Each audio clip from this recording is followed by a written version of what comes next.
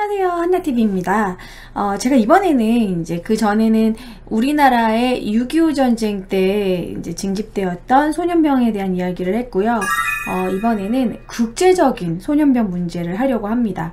우리나라 6.25 때뿐만이 아니라 국제적으로 아직도 소년병들이 징집되고 있습니다. 이라크 내전, 아프리카 내전, 그리고 IS, 아주 수많은 나라에서 여전히 소년병들이 징집되고 있고요. 세계 소년병 현황을 보시면 이렇게 수많은 나라들이, 지금 나라들을 보시면 아시겠지만 일단 미국, 캐나다 쪽은 없어요. 그쵸? 좀 산다는 나라는 없어. 근데 영국이 있어. 영국이 왜 그랬냐면 영국이 최근까지도 이라크에 청소년 군인들을 파병한 적이 있어서 되게 엄청나게 국제적 논란이 됐었어요. 그래서 영국이 표시가 되어 있는 거고, 이 밑에 동유럽 쪽, 그리고는 거의 어디에 몰려있냐면 엄청나게 아프리카와 이란, 이라크 그쪽에 엄청 내전이 심한 나라에 엄청 몰려있어요. 그 이외에도 이제 스리랑카, 그리고 저쪽 태국 쪽, 미얀마, 태국 그런 쪽, 그런 동남아시아 쪽, 인도네시아 이슬람 세력이 많잖아요. 그러니까 이슬람 세력이 있는 쪽이 특히 많고, 그 이외에는 이제 여기 멕시코, 그리고 페루, 그런 쪽에 요렇게 지금 소년병 현황이 이렇게 있습니다. 흔히 조금 내전이 많고 조금 약간 먹고 살기 힘든 상황이라던가 좀 그런 나라에서 소년병들을 여전히 징집하고 있는 상황이죠. 그 소년병들은 주로 이제 돈을 벌게 해준다는 그런 꼬심, 그리고 아니면 강제로 그런 식으로 징집되고 있는 상황입니다. 아주 어린아이부터 청소년까지. 그리고 우리가 알고 있는 소년병의 그런 개념이 한 15, 16 이렇게 생각하는데, 이들 중에서는 아프리카에서는 정말 어린 소년들, 진짜 소년이라고 하기도 뭐한 애기들까지 징집되고 있다라는 거. 최근에 내가 소년병에 대해서 좀 알아보다가 이 사진을 봤어요. IS에서 공개한 처형 장면입니다. 정상이 아니죠. 굳이 지금 IS는 무조건 이런 장면 뭘 하면 무조건 참수잖아요. 무조건 죽이잖아요. 이 포로를 죽이는데 이러한 4살짜리 꼬마를 쓴다는 게 진짜 비인간적이다. 이게 진짜 표정은 다소 귀엽지만 이건 진짜 너무 뭐랄까 완전 너무나 충격적인 사진이었어요. 완전 동심 파괴죠. 한 4살 정도 돼 보이는 이런 꼬마, 이거는 뭐라고 그래야 돼? 소년병도 아니야. 꼬마병? 베이비, 완전 애기야. 애기병이에요 이거는. 저 애기가 반동을 버틸 수 있나 막 궁금하시죠? 실제로 죽인 사진입니다. 쐈어요. 가까이에서. 반동이 심하지 않은, 실제로 정말 이런 어린아이 때부터 총 쏘는 거를 알려주고 있대요. 이 단체에서는.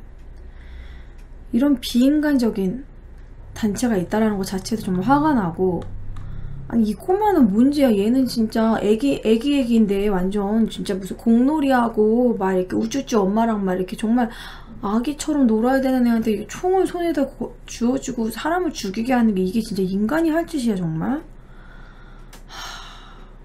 너무나 극단적이죠. 극단적인 순위파. 예.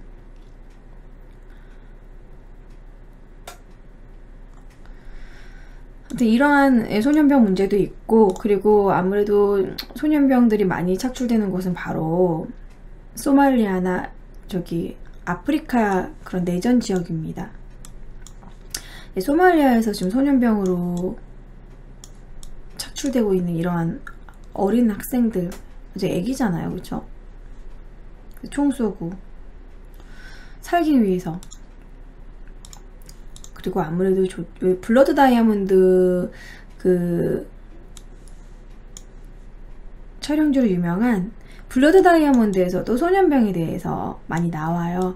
그러니까 이 블러드 다이아몬드가 지역이 어디냐면 시에라리온이라고 해가지고 아프리카에서도 가장 좀 가난한 지역입니다. 이 시에라리온이 시에라리온은 아프리카 쪽에서도 이쪽이 되게 은근히 비옥한 땅이 많고 농사질 땅이 있는데도 불구하고 시에라리온이 왜 싸우는지 알아요? 이 영화에서 말해주고 있죠. 블러드 다이아몬드. 다이아몬드 때문에 싸워요. 서로 다이아몬드를 차지하려고 싸웁니다. 그래서 여기는 하도 내전이 심해가지고 팔다리를 다 자르고 양팔을 잘라가지고 농사를 질 수가 없대요. 그래서 이제 거의 10대를 총살인 전쟁 뭐 이런 끔찍한 나라를 보내고, 여기가 최고 뭐라 그러지?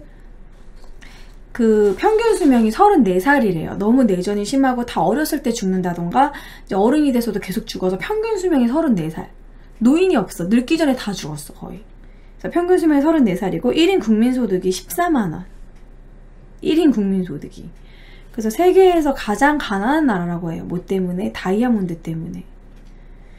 그래서 참 다이아몬드가 뭔지 그것 때문에 이제 싸우고, 이 다이아몬드로 또 웃긴 게 얘네들이 그 다이아몬드를 가진다고 해서 그거 가지고 돈을 또 버는 것도 아니고 거의 이제 서구 세력한테 착취가 됐고, 근데 그것을 이제 갖다 팔기 위해서 서로 싸우느라고 발전 못하고 있는 지역이라고 합니다.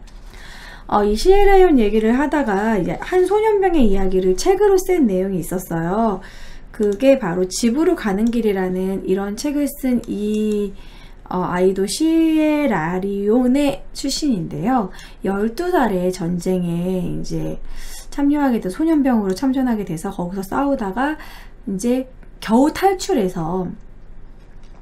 탈출해가지고 이제 공부를 하게 됐던 그 한 소년인데, 이스마일이라는 소년인데 원래 꿈은 래퍼였다고 해요. 원래 꿈은 래퍼였는데 12살의 소년병으로 납치가 돼버렸다고 합니다. 그래서 이 내전이 다이아몬드를 차지하려는 내전에서 이제 싸우게 됐는데, 진짜 많은 사람들이 팔과 다리를 다 자르고 마을을 약탈하고 불태우고 살인하고 그런 일이 그냥 하루하루 일상적으로 벌어지는 곳이에요. 이 시에라리온은. 그래서 이 아이가 이제 NGO 단체, 국가 정부 그런 단체, NGO 단체의 도움으로 유니세프 때문에 이제 탈출에 성공을 했고, 미국에서 정치학을 공부하게 됐대요. 미국에서 공부를 하고, 이제 유니세프에서 어린이들을 위한 인권 운동가로 지금 활동을 하고 있고, 현재는 이제 고향에서 전쟁으로 상처받은 아이들을 위해 교육을 하고, 이 집으로 가는 길이라는 이 소년병 문제를 쓴 이런 책을 썼다고 합니다. 그래서 이 대표적인 소년병 문제의 심각성을 알려주는 대표적인 책이라고 해요. 그래서 이 책에 보면은 진짜 막 얼마나 이렇게 잔인할 수가, 얼마나 어린아이들이 많이 죽어가고 있고, 정말 대우도 받지 못하고 비위생적인 환경, 그리고 뭐 제대로 월급이나 뭐 이런 걸 받고서 이제 싸우는 것도 아니고 그냥 먹고 살기 위해서 정말 잔인하게 총으로 막 싸우고 있다라는 그런 부분에 대해서 진짜 놀랐어요. 이런 게 아직도 일어나고 있다라는 거. 그리고 소년병에 관련된 영화를 제가 좀 알아봤었는데, 우리나라도 소년병에 관한 영화가 있습니다. 소년병이라는 이런 독립영화가 있어요. 한 20분짜리 독립영화가 있고, 이런 소년병 문제를 나타내는 외국 그런 카툰인데, 한창 이런 인형 같은 거 갖고 놀아야 될 나이에 총을 들고 이런 식으로. 그러면 이런 어린아이들이 그럼 도대체 전쟁에 나가게 하려면 얘네들을 어떻게 애들을 가르쳐주고 얘네들을 전쟁에 억지로 나가게 할까요? 정상인이라면은 무서워하고 두려워하고 전쟁에다 총을 쏜다는 건 정상인이 할 수 있는 행위가 아니에요. 그래서 이 아이들한테 어떻게 하냐면 마약을 준다던가 술, 이런 식으로 해서 억지로 취하게 만드는 거야. 취한 상태에서 서로를 죽이게 만든대요. 이게 제정신으로는 총을 쏘고 죽일 수가 없으니까. 그래서 이 어린 나이 때부터 마약 중독, 알코올 중독에 빠져서 그 아이들의 삶이 완전 피폐해지는 거지. 인권이란 당연히 없고.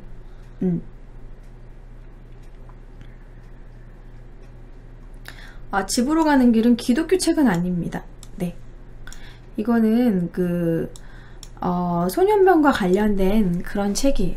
네. 뉴욕타임즈 뭐 이런 1위 뭐 이런 거. 이스마일, 왜 이걸 종교적인 책이라고 생각한 거죠? 네. 그래서 이런 한 소년병의 이야기를 말씀을 드렸고,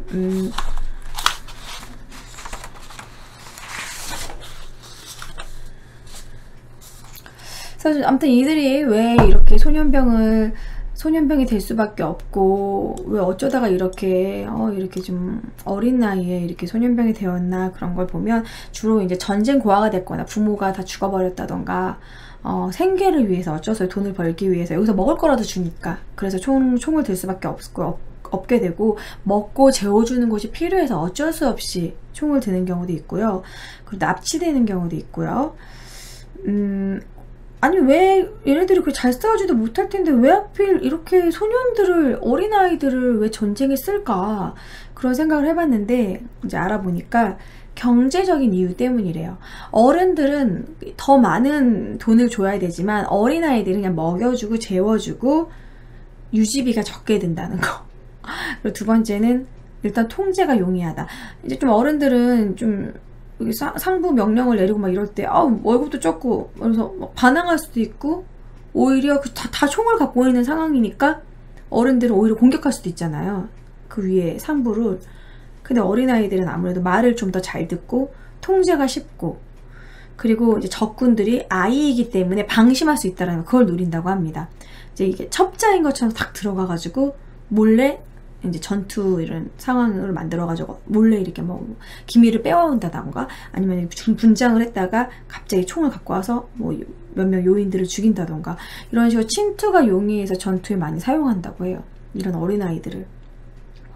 그래서 얘네들이 하는 일이 이제 주로 이제 정말 허드렛 일, 빨래, 뭐 밥 만드는 거, 짐꾼, 그리고 뭐 첩보 수집, 뭐 다른 지역에 가가지고 그 지역에 이제 첩보를 수집한다던가 스파이가 된다던가 하나의 메신저가 된다던가 이렇게 필요한 뭐 뭔가 이렇게 옮긴다던가 편지를 전달해 준다던가 뭐 지뢰 제거, 총알바지. 그리고 더 심각한 건 뭔지 알아요? 더 정말 잔인한 거는 이 아이들한테 뭘 시키냐면 아이에게 폭탄을 들고 기지로 가게 하는 거예요. 여러분이 일본의 가미가제 폭격기라고 들어보셨죠? 얘네들은 그냥 지 몸을 그대로 폭탄을 가져가가지고 거기에서 같이 터지게 하는 그런 임무를 내리기도 한대요. 이게 제정신이 가능하겠어? 그러니까 이런 걸 제정신으로 못 가니까 마약을 주고 술을 먹이고 취하게 만들어서 가서 터트려버리게 하는 거야. 세뇌시키고.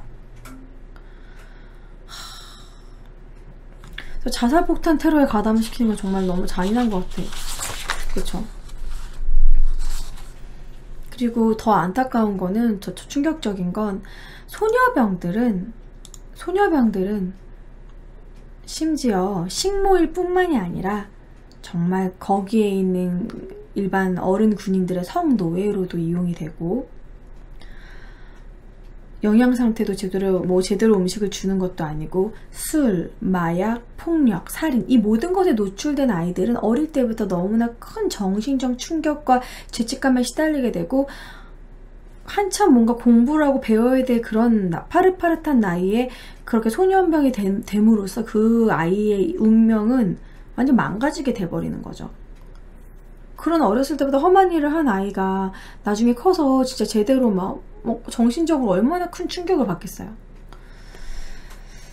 그래서 지금 각 지역에서 엄청나게 이런 반대 운동도 많이 일어나고 있습니다.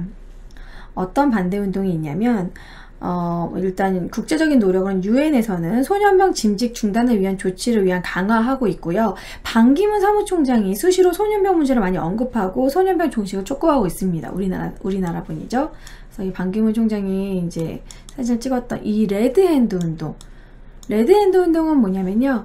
이 레드핸드 마크라고 해서 자기 이제 페이스북에 이런 것들을 실기도 하고 본인이 손에 빨간색을 찍어서 레드핸드 마크를 이제 여기저기 찍는 이게 소년병을 반대하는 그런 레드핸드 운동 마크라고 합니다.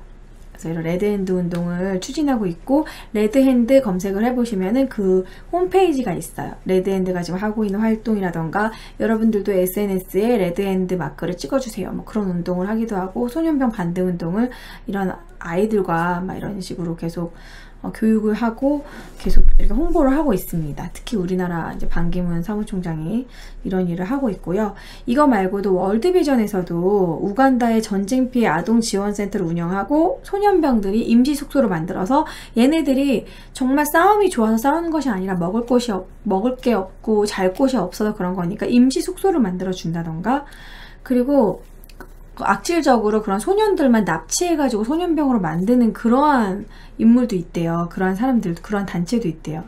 그런 단체로부터 이 아이들을 어떻게든 탈출시킨다던가, 그리고 치료와 상담, 정신적인 상담, 마약에 완전 중독됐으면 그런 것에 대한 뭐 이제 알코올 중독과 마약 중독에 대한 치료, 뭐 이런 것들이 같이 행해지고 있다고 합니다.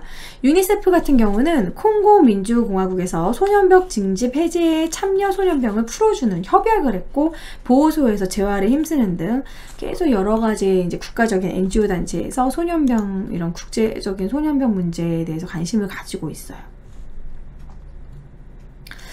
뭐 레드핸드는 아마 이런 걸 것 같아요. 뭐 저도 그런, 이게 외국 사이트여가지고 레드핸드 왜 빨간 페인팅을 하는가 싶은 생각이 드는데, 아무래도 어린 나이에 피로 물들은 그들의 손을 의미하는 게 아닌가 또 그런 생각이 들고, 이거 이 여자의 눈은 후레쉬를 터뜨려서 눈이 빨개진 것 같네요. 안 돼! 뭐 이런 식의 저항의 의미일 수도 있고. 네, 그래서 매월 2월 12일을 세계 소년병 반대의 날로 지정해 있다고 합니다. 2월 12일 세계 소년병 반대의 날. 그래서 이런 소년병 징집 반대 캠페인을 하고 있고요.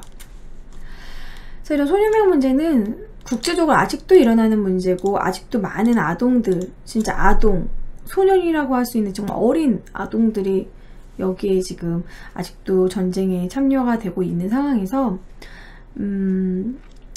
이와 관련된 무슨 영화를 혹시 여러분 보고 싶으시다던가, 소년병 문제 정말 심각하구나, 그래서 영화를 보고 싶으신 분들은 제가 여러 영화들을 한 개 소개를 좀 해드릴게요. 일단 우리나라 포화 속으로는 사실 소년병이라고 보기에는 학도병에 관한 이야기입니다. 학도병에 대한 이야기.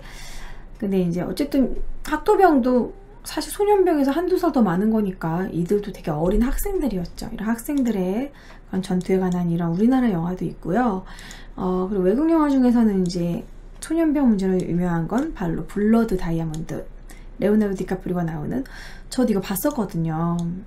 다이아몬드 때문에 싸우게 되는 이런 내전에 관한, 시에라리온에 관한 그런 내용이고, 로드 오브 워, 이것도 꽤 잘 만든 영화라고 해요. 니콜라스 케이지가 나오는 건데, 이런 어린, 지금 소년병이 나오죠? 어린 소년병의 이런 이야기들이 그려져 있다고 합니다. 그리고 머신건 프리처라는 이런 소년병들을 좀 도와주려고 하는 이런 성직자의 뭐 그런 고군분투 뭐 그런 내용이라고 해요. 머신건 프리처, 이것도 소년병 이야기. 그러니까 아프리카에선 정말 뭐 살인, 소년병 문제, 각종 전염병, 뭐 힘든 그런 문제들이 아직도 여전히 일어나고 있는 것 같아요. 안타깝죠. 예. 내전이 문제, 내전. 여전히 아직도 내전이 심하다는 거. 그리고 이노센트 보이즈라는 이 영화도 어린 소년병의 이야기를 다루고 있다고 합니다. 가운데 꼬마의 포로로 좀 끌려가는 게 보이시죠? 그리고 킬링필드. 이 킬링필드도 역시 소년병 문제를 다루고 있다고 합니다. 그래서 이제 국제적으로도 이런 소년병 문제가 심각하다고 다들 여기고 있고, 막 수많은 영화들도 나오고 있는데, 그럼에도 불구하고 최근에 이렇게 IS에서 이렇게 소년병을, 그러니까 자기네들의 무서움을 보여주는 것 같아요. 우리는 이렇게 어릴 때부터 총으로 싸울 수 있게 이렇게 세뇌시킨다, 이런 식으로. 자신들은 이렇게 아주 애기들을 이렇게 총을 쏘게 만든다, 뭐 이런 걸 보여주는 것 같달까? 이 밑에 공들은 근데 이 애기가 갖고 노는 공들 아니에요? 이 조그만 공들? 볼풀 같은 거에 넣는 공? 이 공을 가지고 총 맞추는 걸 연습한 건가? 이거 던지면? 쏘고? 이 볼풀 같은 게 다 깨져 있는 걸 보니까 왠지 그런 용도로 썼을 것 같아.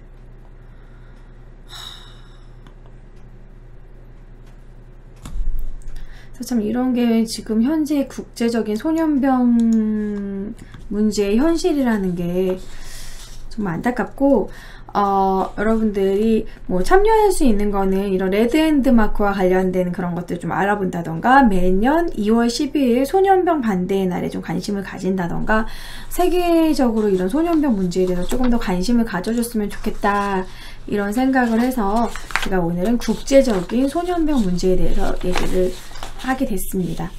우리나라도 6.25 전쟁 때 소년병이 있었습니다. 그래서 그런 아픈 과거가 있고, 우리나라 6.25 때 그 소년병으로 참전했던 분들이 지금은 이제 노인으로 살아계시는데, 그 인터뷰를 보면은 그때의 일이 아직도 생생하게 생각이 나고 너무 힘들었고, 그것으로 인해서 내 삶은 완전 바뀌었다.